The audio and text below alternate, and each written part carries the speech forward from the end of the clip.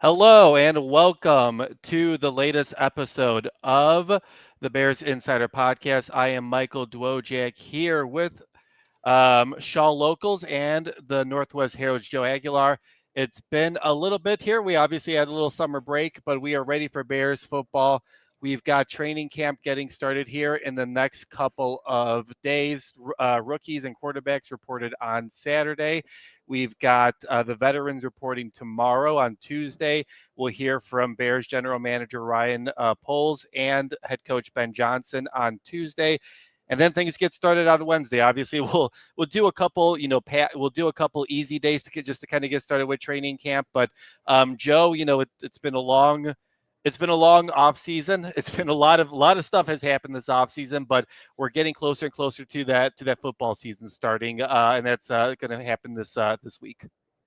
Yeah, it's time, right? I mean, it's going to be here before we know it, opening day. But what the Hall of Fame game is first, not for the Bears this year, but everyone's excited about the Bears and excited to see what this new look team with Ben Johnson looks like.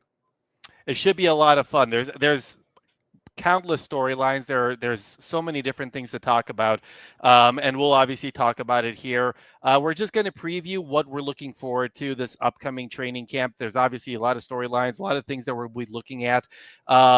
Some things that I wanted to talk about before we kind of get started here. So some surprising news and some interesting stuff. All the Bears rookies have been finally signed. All their second round picks signed over the weekend officially. And that obviously was a big deal just because, a majority of the second round picks weren't signed yet heading into a lot of training camps. That's obviously, I think had to do a lot with a lot of players maybe taking a stand and hoping those second round picks can turn to guaranteed money. Obviously, Luther Burden III got that guaranteed deal for the first couple of years. Ozzie Trapillo and Shamar Turner both also signed. Joe, obviously it wouldn't be the end of the world if you didn't have some of the rookies maybe show up at the first couple of days of practice, but especially for rookies, you don't want them to miss any time, especially if you're trying to get used to a new style, a new coaching staff, and that sort of stuff. So it was good for the Bears to kind of have everyone in tow. Like everyone should be there once training camp gets started here. Yeah, and especially for those top picks, the 3 second rounders, because you figure if none of them are going to start, they all probably should have a lot of playing time and a big impact on the 2025 team. So you got to get those guys up and ready to go. Day one, every coach in the league talks about how important every game is, every practice is, and with the reps and the Bears, look, we know the past struggles. So they got to get going here early, and those guys need to be in camp. They are. And then they need to see the first rounder, too, to see where he's at with his shoulder, Colston Loveland. And is he up and ready to go? Because it's not, it's not a holdout, but it's the same. You're not playing and you're not on the field. So we'll find out here in the next few days. Yeah, I think that'll be one of the major storylines we'll be looking at, right? Like we're going to see, is Colston Loveland, good to go? Is he 100%? Is Luther Burden 100%? Is Braxton Jones, what is his availability going to be? Because that's going to be obviously a major position battle at left tackle. So it should be really interesting to watch who's going to be available when they're going to be able to play. Talking about injuries, that this kind of caught some people by surprise, me too. On Saturday, the Bears released their the following players are on the active non-football injury, the PUP list. Wide receiver Jody Walker is there, running back Ian Wheeler. And then you had quarterback Case Keenum and obviously cornerback Jalen Johnson. Now, Case Keenum he was cleared yesterday, so he should be good to go for training camp. But that Jalen Johnson thing kind of surprised me. Obviously Jalen was there for part of the offseason program. He was there for some of the OTAs. He was there for some of the some of the mini camp, but he obviously wasn't there for all of it. He had some excused absences from the new coaching staff, but that'll be really interesting to see, and we'll hear more from Ryan Poles and Ben Johnson tomorrow about what that is. But you really hope that that's nothing serious. Hopefully, I don't I wouldn't imagine it's contract related. Obviously, he got his new contract a couple years ago. I wouldn't imagine that that's a good way to start things off with the new coaching staff by not coming to your first training camp over a contract. I don't think that's the case. But you're really hoping that things are looking good for Jalen Johnson, because I mean he's critically important to that secondary working, right? Like, he's obviously proved that he's one of the best cornerbacks in the NFL, and you need him to be out there in order for this defense, especially for the secondary, to reach its full potential. Yeah, I mean, he's your best player, right? I mean, by the end of the season, you hope the quarterback is your best player, and he might be right now, but we got to see that first with Caleb Williams. But Jalen Johnson is your best football player, and he's at a critical position, right? If you're talking about the top positions in football, quarterback, left tackle, rush edge, then it's probably corner. And you need that guy, and we know how good he is. And they got to get him on the field. I don't know, it's not like he's a rookie and he's got to learn a system and everything, but they do have a new D coordinator. But get him healthy, get him right physically, mentally. If there's anything going on with contract, I can't believe there would be. But he's obviously a critical part, not only the defense, the entire football team. Yeah, he's going to be really important for what they want to do. I mean, I can't. I can't understate it enough. Obviously, that's a very talented group. I would probably say the secondary, is probably your most deep position on the team, but you still want your leader to be out there and to be competing at a high level. Mm-hmm. So we'll get more information about that from Ryan Poles and Ben Johnson tomorrow on Tuesday. See if that's something serious, or see if that's just something that kind of happened during the offseason, and he should be fine eventually once we get kind of rolling here in training camp. But like I said, training camp officially starts on Wednesday with the Bears' first practice. Veterans are showing up on Tuesday. They're doing this all at Hallis Hall. Obviously, there are going to be 2 joint practices with the Miami Dolphins and the Buffalo Bills throughout the training camp, which will be really interesting. I think those will be some of the major moments. We'll see a lot of good stuff. But Joe, let's talk about the major storylines we're looking forward to in training camp. And I think, number one is very obvious, right? It starts with number one, Caleb, or with the quarterback, the number one quarterback, Caleb Williams. How does he look with Ben Johnson? What is that kind of looking like? In the offseason, we had a lot of moments where it was like, the huddle call maybe didn't look the right way, right? Like, or Ben Johnson stopped to play because everyone was still figuring things out. And that's what you expected, right? It's the offseason program with the new head coach. Like, you're just learning the playbook. You're learning how Ben Johnson wants to do stuff. I think all of that is fine. But what do you think as we kind of get started here? What do you think fans who get a chance to go to training camp during these games, what should they be looking for once we kind of get started here from Caleb Williams? I know obviously it's you want to see 80-yard passes, you want to see sick plays, but what do you feel like is like realistic growth that Caleb can show over these next 6 weeks to kind of have you feel more encouraged that he's going to be ready once the season starts? Well, I think tempo, number one. I'd like to see them just break a huddle, get lined up, right? Get everyone in position and snap the football. No false starts, no guys out of position, no chaos. You'll have some of that, right? That's why it's training camp. But we just need to see a little more, I don't know, a little tightening up of everything. You want to see an offense that looks confident when they break the huddle and get everybody in place. And let's see again, like the 60-yard pass downfield is the sexy play. Everyone likes to see that, but just simple execution. Can we walk before we run? And we don't know right now. Everyone's kind of, I think I speak for a lot of people, a lot of Bears fans. You're a little cynical. Because we're used to being excited and then disappointed, and normally disappointed by game 3. And we just want to see a little more consistency, a team that looks like a confident football team. And I know you're not going to necessarily see that in the 3rd week of July, but by the time it's time to, for opening night against the Vikings, we got to see a team that just looks like it's confident and it knows what it's doing. Whether you're not going to execute on every play, but we just need to see a professional looking offense because it's been a while.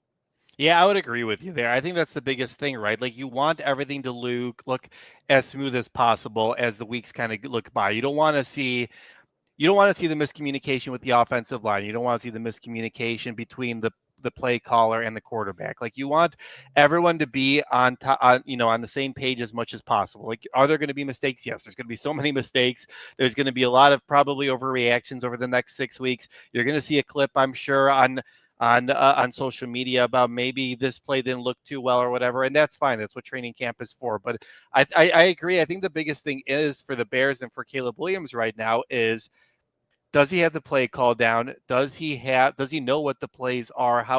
What he can shift with? Is he comfortable in building a rapport with his wide receivers? Like, those are important things. Like, I think the big plays and the cool plays, like, that's all going to happen throughout the weeks, and even through I think we've seen over the past few years at this point that September is basically a month where teams are figuring everything out. Like, I don't think you can put yourself in a hole in September. But I do think a lot of the times, for how long the NFL season is now, I think September is just a time where you just kind of figure things out. You're learning stuff, and then come October, you're just going and you're trying to figure. You're really taking it to another level at that point. So, yeah, I think the biggest thing for them at this point is, does Caleb look like he understands the offense? Has he mastered it? Does he know all the play calls? Does he know how he's supposed to move in certain situations? Does he know? Does it just look natural and smooth, right? Like, it can look natural and smooth. He can miss a pass. I think that's fine. But if I would much rather have that than it doesn't look smooth coming out of the huddle. Everyone's disjointed, but then he like somehow scrambles and makes like a 50-yard pass. I don't think that's how you're going to win games, and that's how you're going to see growth from Caleb. So I think everything just needs to look smooth at this point, and I think that's going to take time. And I think that's the biggest thing for Caleb and for Ben Johnson at this point, because he's doing this whole thing for the first time too, as a head coach and a play caller at the same time. So I think the operation just needs to look better, and I think if it does look better throughout the weeks, I think that should have Bears fans encouraged. Yes. Joe, what from Ben Johnson, I mean, just what do you kind of feel like you need to look for him at this point? I know, it's hard. He's a first-time head coach. He's gone through the process of running practices and that sort of stuff. But is there something that you're kind of looking for, like the Ben Johnson effect that everyone has kind of talked about over the offseason? Or, what are you looking for Ben during this training camp? It's a good question. To me, it's just I want to see a football team that looks like it's an efficient football team, not only on offense, because that's Ben Johnson's bread and butter, but defensively too. And we don't need him to be Ditka and chewing the gum and waving his arms and being crazy and showing the passion in Chicago. We don't need to necessarily see that. We don't need to necessarily see Matt Eberflus. Let him be his own guy. But let's just see a team that looks like a professional football team.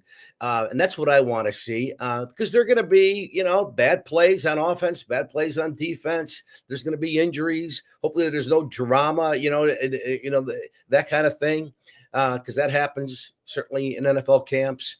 But none of that. I just want to see a team that's on board, ready to win, and a team that can show early on that it's coachable. If we're seeing the same mess ups, pre-snap, penalties or movement and less unorganized, I don't think we're going to see that. But I think that's what I want to see. And then, come game time, they have to execute. And I know what you're saying about when October is when the time you got to get it rolling. Go in September, you're trying to get a feel for what you have on both sides of the ball. But for the Bears, I do think the start to the season is critical, because this fan base is so itchy and twitchy and just, starving to see good football on both sides, but especially offensively. And I just think they can't get out of the gate here 1-3. They can't lay an egg on Monday night and lose to a quarterback we assume in J.J. McCarthy is going to be making his National Football League debut. We can't see them. We need to see a good opening night performance. You don't have to be 3-1 after 4 weeks, but we need to see a team that like, wow, yeah, this is different this year. We thought maybe last year was going to be different, right? With the rookie quarterback. We don't have to rehash all that again. But I just want to see a good start, and not only a good start to the season, but a good start to training camp, because that's where it starts. Yeah, I would definitely agree with you. I think that's, I wanted to look better than it did in the past. And I think, with training camp, one of the biggest problems I kind of had with Matt Eberflus is it felt like I want to say this, and I don't want to say that they took training camp off. They obviously worked hard. They obviously did a lot of stuff. But I feel like a lot of the times you had guys on one day and then off one day. Like I think maybe we kind of went too far into. I feel like the NFL has been in this in between right now where they're trying to be like, well, I don't want to like overwork my player and get them injured in training camp, and then they're not Right. ready for the season, and then they're just not going to be healthy for an entire 17 game year. Like I understand that logic. But I think with Eberflus, it kind of went a little bit too much in the other direction where we're not building calluses. Like we're not kind of getting into football shape at this point. And I think you got to get into football shape. Like I think you can have great conditioning. I think you can have a lot of, you can be in great shape. You can bench press a lot. You can be fast and that sort of stuff. But you got to get in football shape, right? Like you need to get hit. Like you need to figure out, all right, how am I going to feel after I get hit like this? Like, what am I going to do? How is my body recovering from all this different stuff? Like, you got to get your body ready to play a 17 game NFL season. So I think that's the biggest thing for me with Ben Johnson is, I think he's going to bring accountability. We've seen that during the offseason. I think he's going to hold players accountable, all that stuff. I want to see them actually practice, and I want to see them actually like build up for an NFL season. And I want to see guys be there. Obviously, if they're injured, if there's like a risk of like, having having an injury maybe become a little bit worse if you practice. Like obviously you don't want to test it. You don't want to put a player in any risk toward injuring it any further. But if a guy's just a little bit sore, maybe just like getting used to football shape, like you've got to go out there and kind of build towards. So I'm really interested in that and what the practices are going to look like. Like, are these going to be physical battles in the trenches? How much is Ben Johnson going to let guys go? What is the response if, in the August heat, tempers flare and, if there are punches thrown, if there's some pushing and shoving, like all that is going to be so interesting to me and how Ben Johnson kind of handles that, because I feel like that's going to tell you a lot about the kind of football team we're going to have this year. So I think that's going to be so important just to kind of see how Ben Johnson runs his practices, how hard are they going to go, and how tough is he going to be in certain instances. Yeah, I agree. And I want to see a team that looks very organized on both sides of the ball too here. And I think, and we'll see. He's going to get frustrated.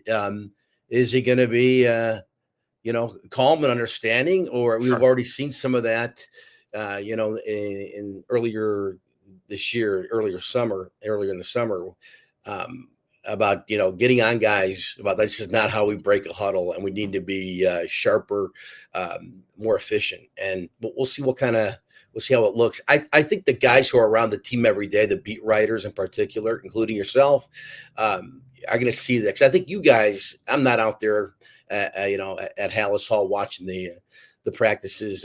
You guys will see it. You've covered the teams in the past, the other veteran guys in Chicago, the print guys. They'll know if it looks different.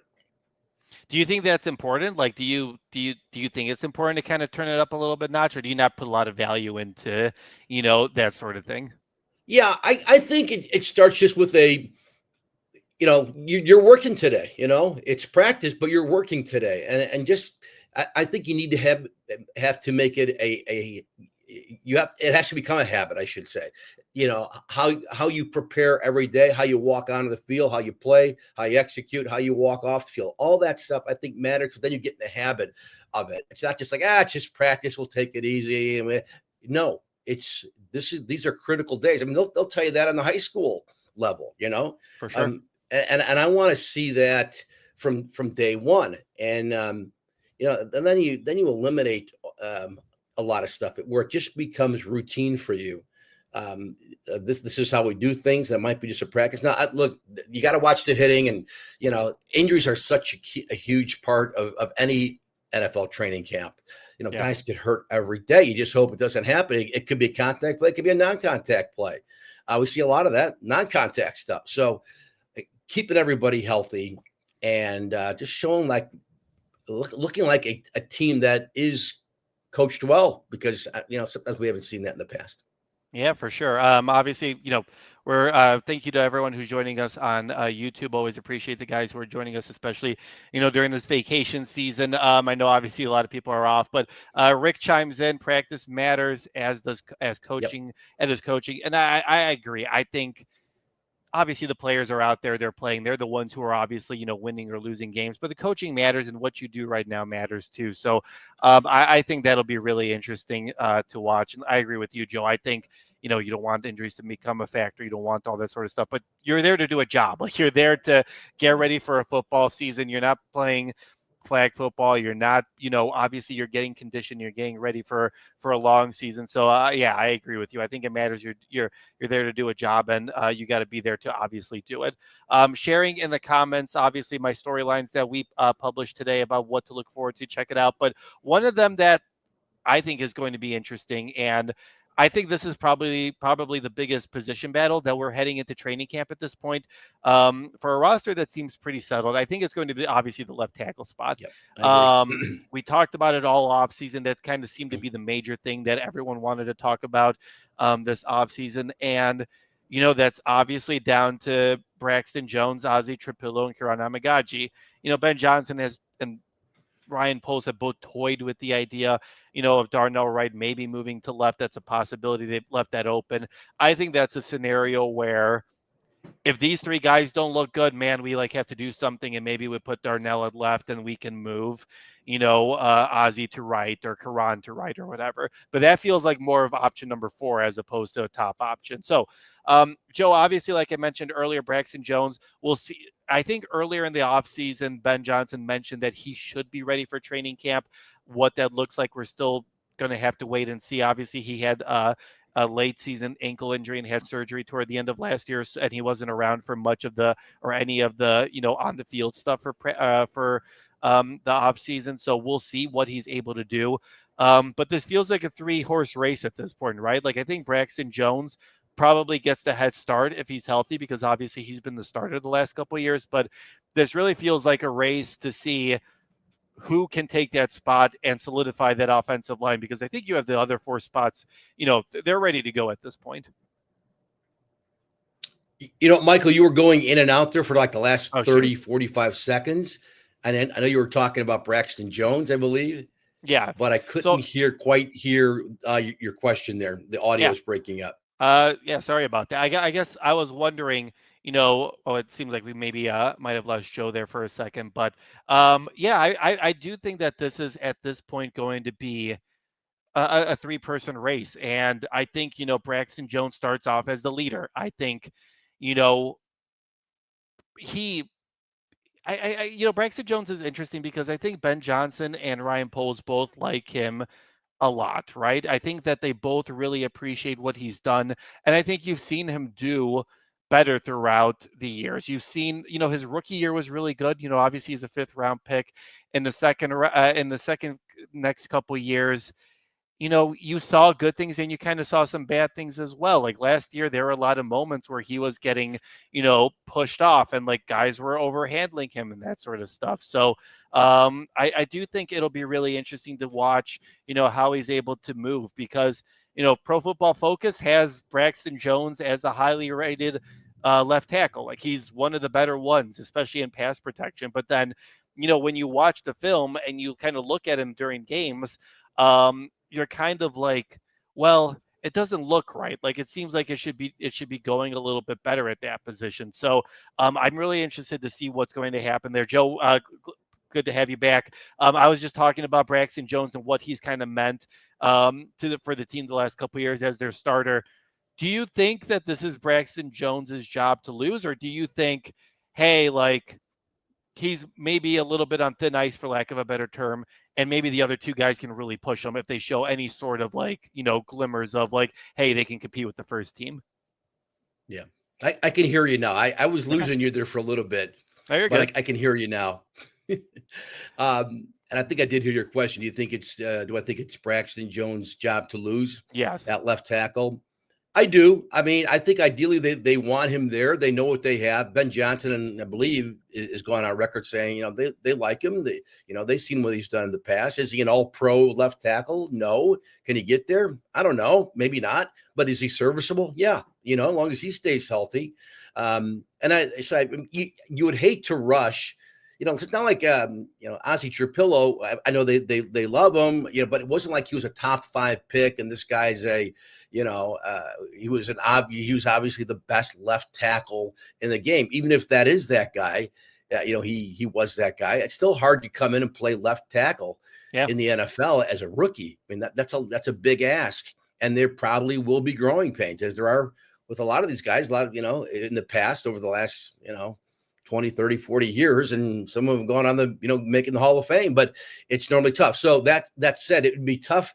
You'd hate to see Ozzie Trapillo be the starting left tackle on opening night if he's not completely ready. And even if you think he's close, again, this offense, it's funny because they've revamped this offensive line, and on paper they've certainly done a magnificent job. But the most important out of the 5, the 2 guards, the 2 tackles, and the center, the most important one is the left tackle, the blind side of Caleb Williams. So that's the position you really have to nail. And at least Braxton Jones has experience playing and been a good player for the most part. And then you can ease Ozzie Trapillo in. Now, maybe it's not going to be the case, or maybe Braxton Jones isn't completely healthy, the ankle, and they're going to have to throw Ozzie in there. But that's concerning to me. But I don't want to see we've talked about it in the past, Michael. I don't want to see Ozzie or Darnell Wright go to left tackle. Now you got to figure out right tackle. Leave him there. You got 3 guys who should. I don't know about Karan Amagaja. I don't know where he's at, if he's ever going to be any good.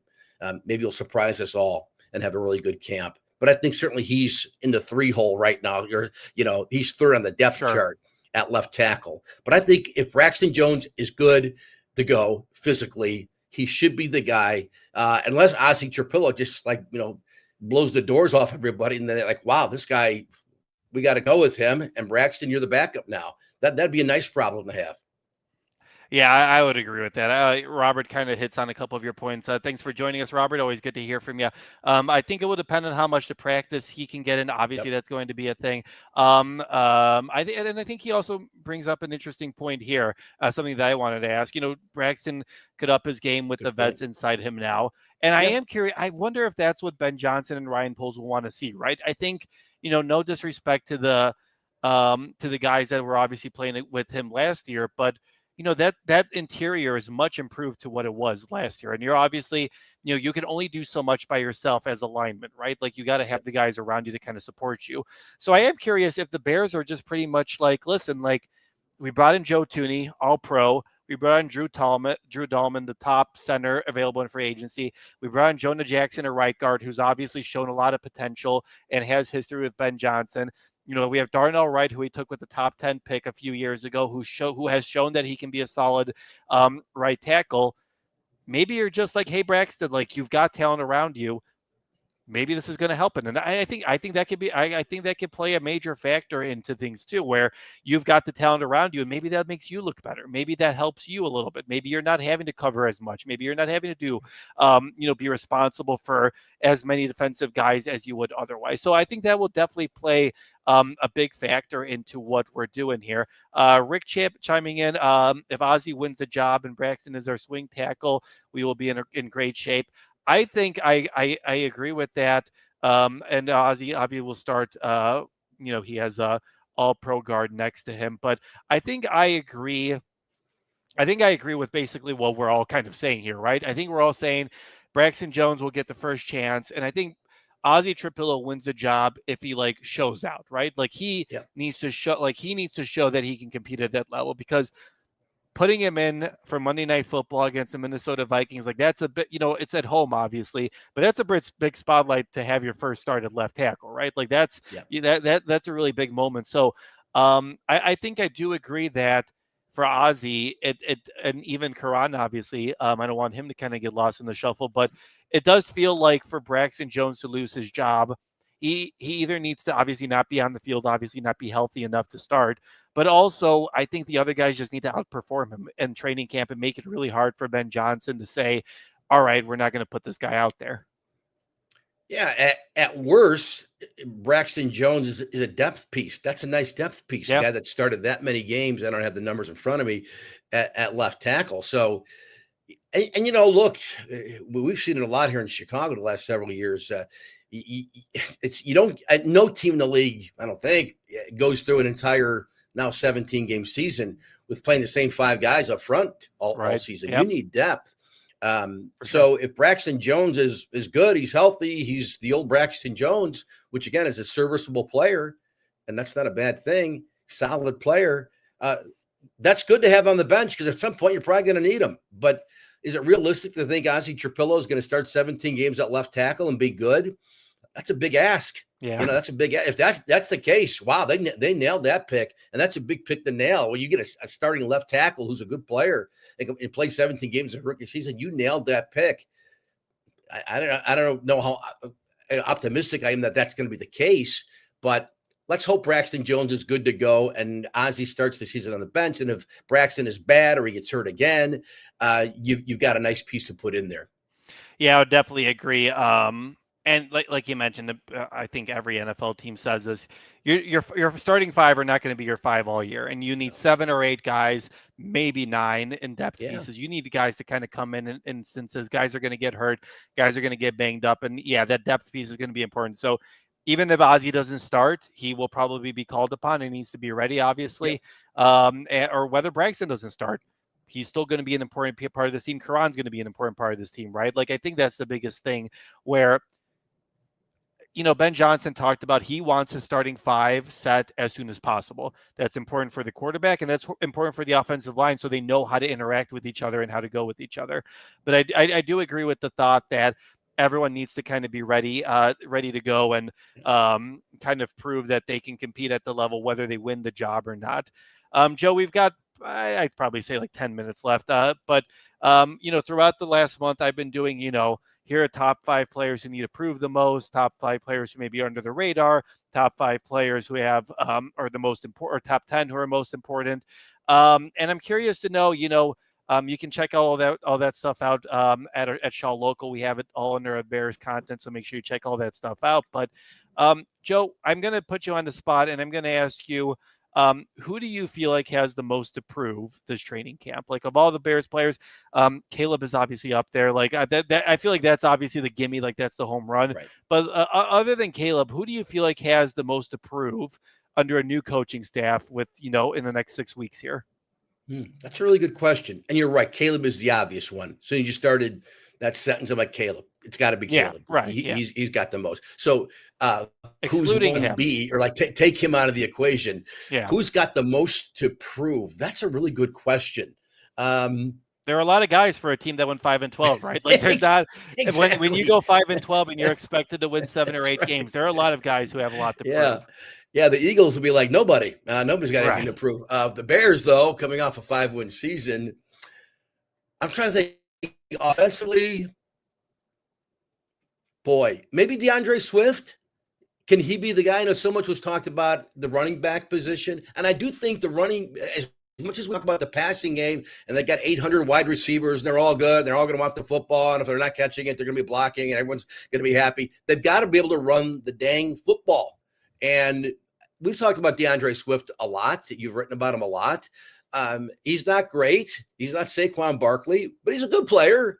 We've had worse running backs in Chicago, so he's good, but can he be efficient in this offense? Can they rely on him to get 75, 80 yards a game?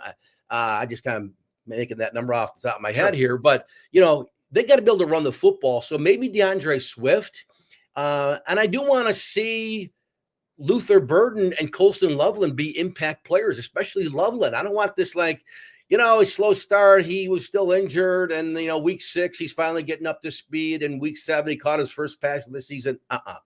We got to see an impact from this guy, the 10th overall pick. And you could have gone, we'll see what kind of year the Penn State kid, Warren, is it? We talked so much about. Yeah, Tyler Warren. Tyler Warren, what kind of years is he having? Where he ended up in Indy. So I want to see Colston Loveland make an impact, because that's, again, when you're coming off a 5-win season and you pick a tight end at 10, you better get that right, and not like year 2 right. He's got to see. I want to see production out of him, and I do think Roma Dunze will take a step in year 2. I would think that would coincide with Caleb. especially with Keenan Allen not Yeah. here. There's going to be more catching opportunities, opportunities to catch football for Roma Dunze. So I want to see that, but maybe DeAndre Swift. I could have my mind changed, but then defensively, and you've written about it. A lot of guys have talked about it, and Montez Sweat is a guy who did not have a good, full first season with the Bears. He wasn't bad, but we expected more. They need more. We'll see if the additions on defense helps him. But we need to see Montez Sweat like a little. He's kind of you would know better because you're around the team and you're in the locker room. He seems like a pretty chill dude. He's not Lawrence Taylor or the Singletary eyes or anything like that. He doesn't have to be. But I just want to see a little more ticked off Montez Sweat making an impact. And again, maybe the additions they made on defense will help. But I think he's got a lot to prove this year too. But I mean, all eyes are going to be on the offense, right? Yeah, definitely. I would. It's an offensive league. Obviously, everyone loves the offense. Robert hit on your point, obviously, a little bit earlier. Running back is the bigger question for me, or question. Swift to win Johnson over, who's second up. And I'm really interested in that. There's so like we said throughout this podcast, there's a lot of interesting storylines to look at, and that's obviously a major one. Like what both DeAndre Swift and Ben Johnson have said the right things. They both have complimented each other. But there is the fact that, Ben Johnson, after a year of being the OC at Detroit, the Lions decided to trade him away. And then they obviously got Gibbs a year later and David Montgomery. So, but with DeAndre Swift, I think he's more than what we saw last year. I think he was kind of put in a lot of tough situations last year. The offensive line didn't block as well on the run, and the play calling wasn't always the best. And part of that was on him. Sometimes he ran into blocks instead of like finding open space. And obviously, I know that's easy for me to say, but sitting here watching like from above Soldier Field and be like, oh, go to that open gap over there. How did you not see that? But I do think that'll be really interesting just to kind of see. What does that running back room look like? Because, as a 7th round pick, I think Kyle Monangai can make a push. I think, what is he going to look like? Like what situations is Roschon Johnson being placed in? What is DeAndre Swift doing in certain situations? Like, I'm really interested to see, who can make an impact right away. And I think Kyle Monangai, even though he's a 7th round pick, can make a real quick impact. There are other guys, obviously, Shamar Turner on the defensive line, Colston Loveland, all that, Luther Burden, obviously. There are a lot of rookies who make an impact. But I do think that Kyle Monangai, I think that he could potentially make an impact if Ben Johnson can find a way for him to kind of find a role for him in this offense where he can pick up big chunk yards when maybe defenses aren't expecting him to. I think Joe might be having some more internet problems. But I do think that with Kyle Monangai that can be a big thing. I recognize, yes, Robert. I know, obviously. Oh man, I think it's so hard for rookie running backs. It is hard. Obviously, that's a reason why you don't see it too often. Especially even it's hard for a 1st round pick or even a 2nd round pick to do it. But I do think that he can have a big impact. I think he can make it an interesting competition. DeAndre Swift is your starting running back. Roschon Johnson has shown the talent to obviously be put in big situations to pick up a few yards here and there. But I do think Kyle Monangai will be able to kind of make an impact. And I agree with Joe too. Montez Sweat. I think Montez Sweat obviously didn't have the season he wanted to have last year. Injuries were part of a factor, obviously. Lack of support from the rest of the defensive line was obviously a support. He got nothing really from the other defensive rusher spot, and the Bears didn't really create much pressure from the inside either. And, when other teams are able to double or triple team Montez Sweat, I mean, that it's hard for him to do his job when he's injured too, right? So, Yep. I agree with Joe and some of the guys in the chat. I think Montez Sweat has to have a big rebound season here. The Bears traded a 2nd round pick for him. They paid him his money. I think you need to see the Montez Sweat that you saw for whatever it was. I think it was 8 or 9 or 10 games the first year they traded for him, as opposed to what they saw here in the last year. And I think, Joe, good to have you back. But I do think that you would agree with that he needs to make an impact, especially at the start of the year. Yeah, we need to see more out of him. And but again, they got to get him some help. And I think he probably was hurt last year, right? These guys like don't like to admit that if it's a nagging thing, it's not enough to put him, on the injured list. But they got to fight through it. But need more production. Bottom line out of him. Yeah, I would definitely agree. All right, 5 more minutes here. We're going to wrap up here soon.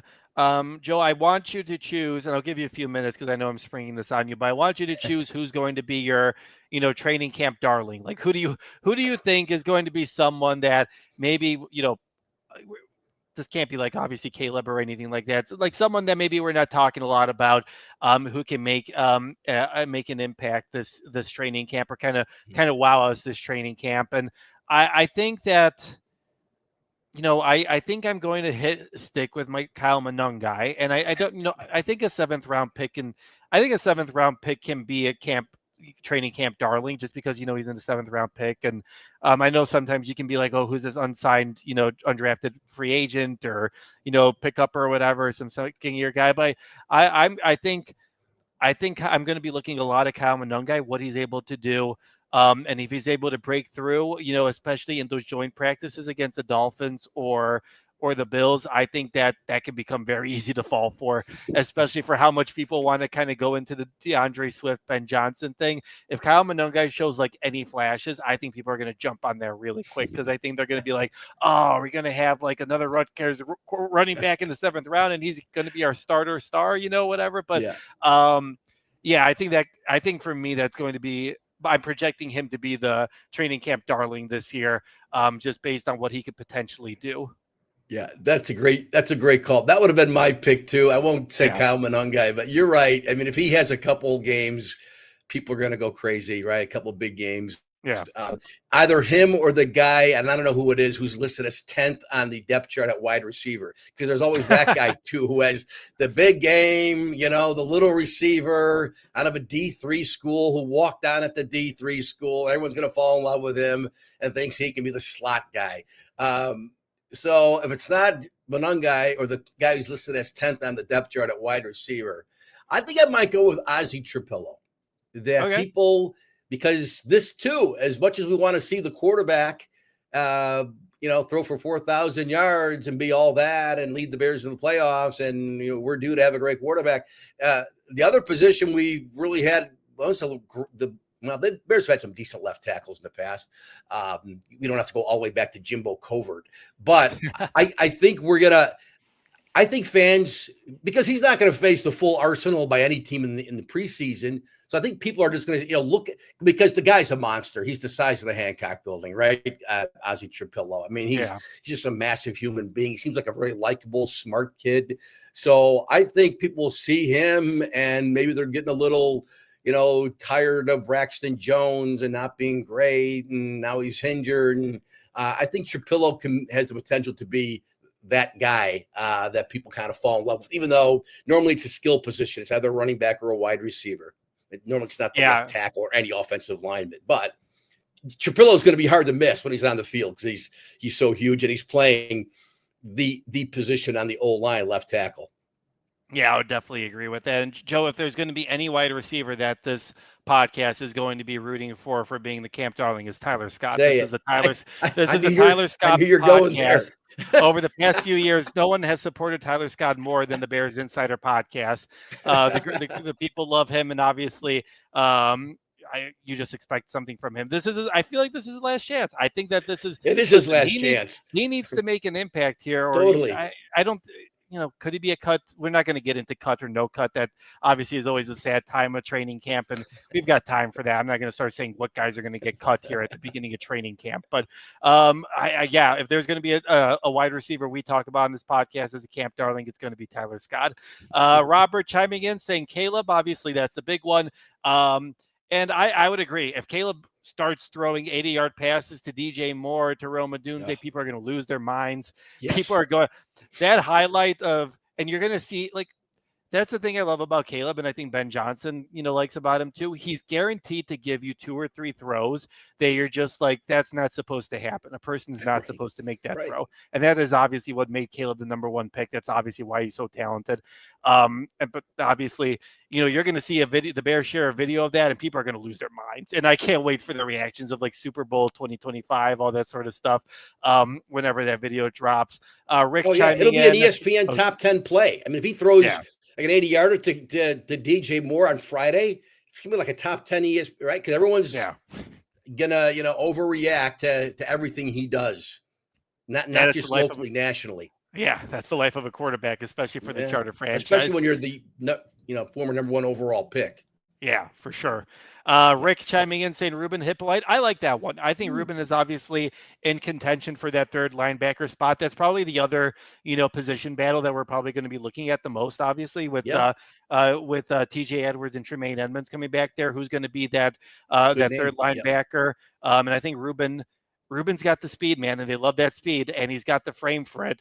So I'll be really interested to see how much he kind of plays a factor. And if he's able to make plays, I agree, Rick. I think people are going to fall in love with him pretty quickly, especially for his story of many people expecting him not to be drafted and then being taken, right. obviously, in the 4th round this year. No, that's a really good name, Hippolyte, because there is that opening at the linebacker spot, Yeah. and the guy's fast. So if he, that shows up a lot of times when even the average fan is watching. So if he flashes a little bit, oh yeah, that could be the guy, like the sleeper, the unsung guy. Yeah, that's a good name, Hippolyte.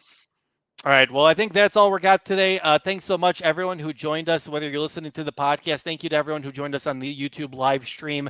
Always great to get your guys' comments. It's good to be back kind of here in the swing of things. I know obviously there's still some nice weather to enjoy, and obviously some hot days are ahead of us here, but it's always good to get to football, and excited to kind of get back into training camp. But we are hoping to kind of continue to do the podcast whenever news kind of breaks. We're hoping to do at least once a week. Maybe sometimes we'll do twice a week based on what the news is, or like if there's a major, development, injury, position battle, whatever. We'll obviously try to join and obviously talk about it. But make sure you guys are keeping track of our Twitter accounts. Facebook, whatever, wherever you are on social media, we'll make sure to post there and let you know when we're going to be doing a live stream. And if you miss us, you can always listen to the podcast as well. But thanks so much for everyone for joining us. Bears Veterans Report on Tuesday. First practice is on Wednesday. First game is September 8th. Football is back, and we're excited about it. So thanks so much for joining us this week, and we'll talk to you folks down the road.